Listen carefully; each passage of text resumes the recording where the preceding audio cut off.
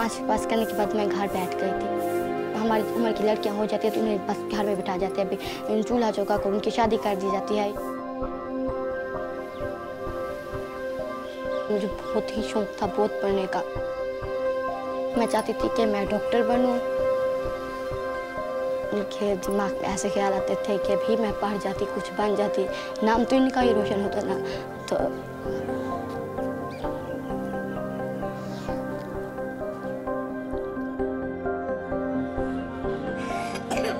मैं 15 साल की थी जब मेरे माँ बाप ने शादी कर दी मेरी। पढ़ने लिखने का मुझे बहुत शौक था, पर गरीबी थी, गरीबी में ऐसा बोझ माँ बाप नहीं उठा सकते थे, इसलिए हमने पढ़ाई नहीं की। गरीबी में रहना बहुत मुश्किल होता है। अमीर लोग तो नहीं जानते गरीबी कैसी होती है। किसी टाइम घर में अनाज नहीं होता, बच्चे भूखे रह जाते हैं। हमारे यहाँ लड़कियाँ पर्टिकुलरली बहुत सारे मसलों का शिकार होती हैं। उनके साथ तशद्दुद होते हैं, उनके साथ बहुत गलत फैसले होते हैं, अर्ली मैरिजेस के, गुर्बत होती है तो मसले होते हैं।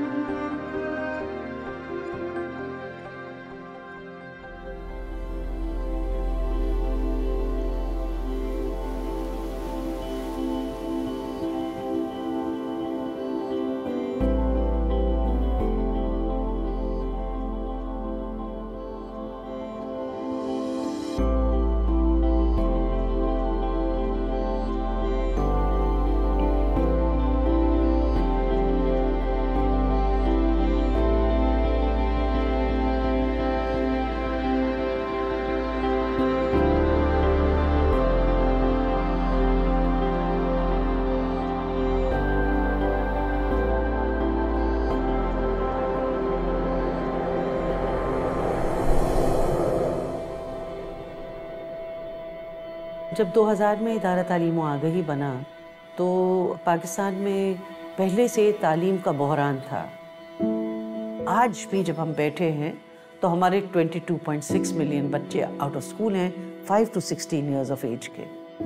इदारे का विजन भी इसी तरह से था कि तालीम एक मरबूत अमल हो, इंसान की इनफिरादी और समाजी तरक्की और तब्दीली का। सियानी सहेलियाँ यानी कि वाइज फ्रेंड्स विद गर्ल्स, तो उसमें हमारा सोच ही यही थी कि कोई ऐसा पाथवे बन सकता है which really advances action for adolescent girls। तो हमने कहा क्यों ना हम उन बच्चियों को ढूंढते हैं जो कि किसी वजह से ड्रॉप आउट हो गई।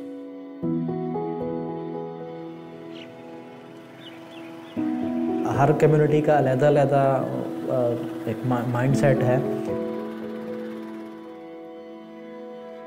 जब हमें विलेजेस साइन हो जाती हैं कि इस विलेजेस में जाके हमने वहाँ पे सेंटर बनाना है, तो विलेज का सर्वे के लिए जो डाटा गैदर करते हैं हमें ये एनालिसिस हो जाता है, पता चल जाता है कि यहाँ पे कितने बच्चियाँ ऐसी हैं जो 9 से 19 साल की नेवर इनरोल्ड हैं या वो ड्रॉप आउट हैं। तो हमारा वालिदैन के साथ मुसलसल रब्ता और उनके साथ कम्युनिकेशन करनी और उनके साथ मोबिलाइजेशंस करनी।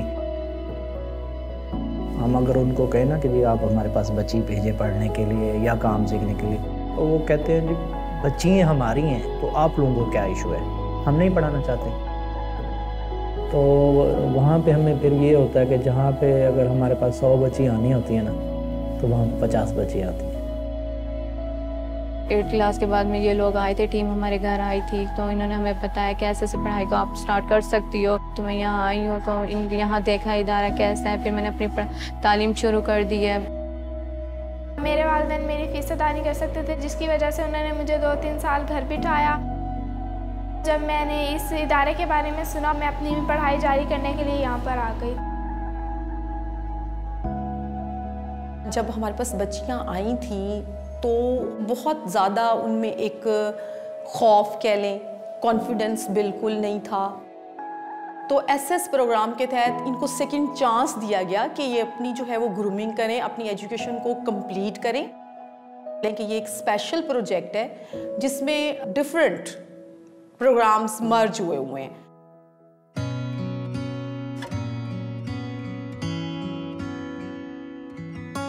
एक्सेलरेटेड लर्निंग प्रोग्राम जो है बेसिकली उसमें हम बच्चों की कैटेगरी के हिसाब से एजुकेशन डिलीवर करते हैं कि बच्चों को हम लर्निंग लेवल के हवाले से तालीम देते हैं।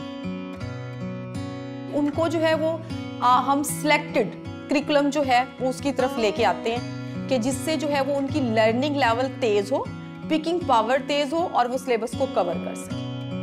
यहाँ का माहौल बहुत अच्छा, टीचर हमसे जैसे कि वो हमारे फ्रेंड है, बहुत अच्छी तरीके से समझाती हैं। कोई टेंशन है तो हमसे पूछती हैं, कहती हैं अगर कोई टेंशन है तो हमें बताओ। बहुत अच्छी टीचर्स हैं यहाँ की।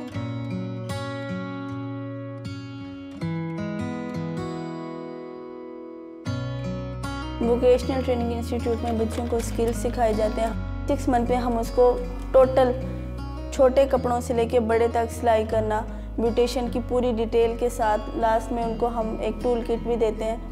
स्किल्स सिखाने के अलावा ये भी ज़रूरी है कि जो काम उन्होंने सीखा वो उसको रन कैसे कर सकती हैं। उनको पता होना चाहिए कि हम बिज़नेस कैसे कर सकते हैं। तो 3 मंथ के बाद हम उनको एंटरप्रेन्योरशिप की ट्रेनिंग देते हैं, मार्केटिंग का विजिट करवाते हैं कि आप यहाँ से लोन ले सकती हैं, ऐसे अपना काम स्टार्ट कर सकती हैं, इस मार्केट में आपका ये काम चल जाएगा, कैसे आप अपना पॉल एस्टेब्लिश कर सकती हैं, घरों में सिलाई सेंटर खोल सकती हैं, जिसकी वजह से उन्हें बहुत आसानी होती है, हेल्प होती है और वो अपना बिजनेस कर सकती हैं।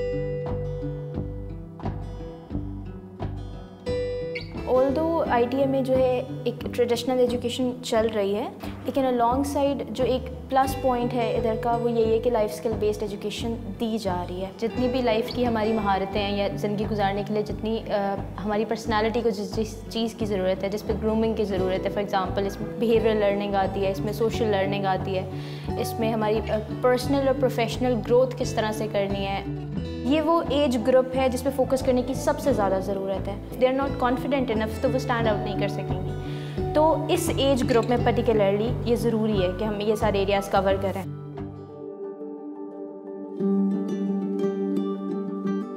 इतने पसमानदा और ऑप्रेसिव एटमॉस्फेयर में जहाँ पे लड़की की आवाज़ नहीं है मगर ढेरों जिम्मेदारियाँ हैं, उससे उसको कैसे निजात दिलाएं। तो जैसे हम लोगों ने शर्मीनो बे चनोई फिल्म्स वालों को भी लिया, तो हमारा आइडिया यही था कि ऐसे लोगों को लेकर चलें जिसमें ये बच्चियों के बारे में सिर्फ कहानियां ना बने मगर अपने बारे में कुछ कह सके, और कह सके ऐसे कि लोगों को समझ आ जाए कि इनकी कहानी क्या है, ये कहाँ से शुरू हुई और क्या चीज़ अबूर करना चाहती हैं। मोबाइल सिनेमा हम लेकर जाते हैं गांव दूर दराज एरियाज में जहां पे लाइट, टीवीज और लोगों को सिनेमास का एक्सपीरियंस नहीं होता। हमारे पास जो फिल्म्स हैं उसके अंदर एजुकेशनल और इंफॉर्मेटिव लेसन्स हैं बहुत सारे। अवेयरनेस देना एक बहुत ज़रूरी होता है, क्योंकि बेसिकली तो कम्युनिटी को अवेयरनेस ही नहीं होती कि उनके राइट्स क्या हैं। मुख्तलिफ जो टॉपिक हैं उनको हम जो है वो बच्चों को बताते हैं। जैसे फॉर एग्जांपल जेंडर, कि जेंडर क्या है, जेंडर डिस्क्रिमिनेशन किसे कहते हैं। इसी तरीके से उसमें जो है हम राइट्स के हवाले से बच्चों से बात करते हैं कि ह्यूमन राइट्स क्या हैं, विमेन राइट्स क्या हैं, सेल्फ डिफेंस, गर्ल्स को तैयार करना कि वो अपने आप को रेडी रखें कि वो कुछ भी कर सकती हैं।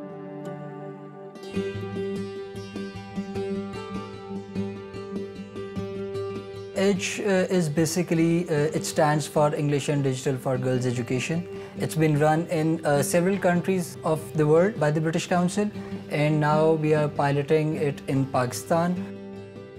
हमें ये अपॉर्चुनिटी मिली कि हम अपने EDGE प्रोजेक्ट को सयानी सहेलियाँ प्रोजेक्ट में शामिल कर सकें, क्योंकि ऑलरेडी एग्जिस्टिंग प्रोजेक्ट है, कम्युनिटीज़ आइडेंटिफाइड हैं। It gives EDGE a better opportunity to be part of the communities and benefit the girls. The aim is to provide life skills to these adolescent girls. We aim to develop some of their English language skills and give them a basic understanding of how to operate computers, how to work on the internet, how to do different skills so that they will be able to contribute better in the society. Their job prospects will also become better. Firstly जब मैं यहाँ आई थी तो मुझे बहुत अजीब लगा था कि जब साइंस स्टूडेंट्स ऑनलाइन पढ़ रहे थे और मुझे लग रहा था कि मैं ये नहीं कर सकती, लेकिन आहिस्ता आहिस्ता जब मैंने शुरू किया तो बहुत इजी हो गया। बहुत सारी चीज़ें सीखी, हमारे अंदर बहुत सारी स्किल्स डेवलप हुई। come in here, the energy is just enormous.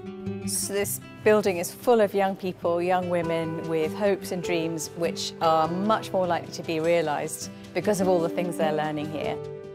And that's so important that they have an environment where they can really thrive and learn and make the most of all the gifts which they've been naturally given. Girls are 50% of the population, so if a country is going to develop and to succeed, then you need to make sure that everyone is being able to access the skills and the opportunities that they need in order to be able to succeed.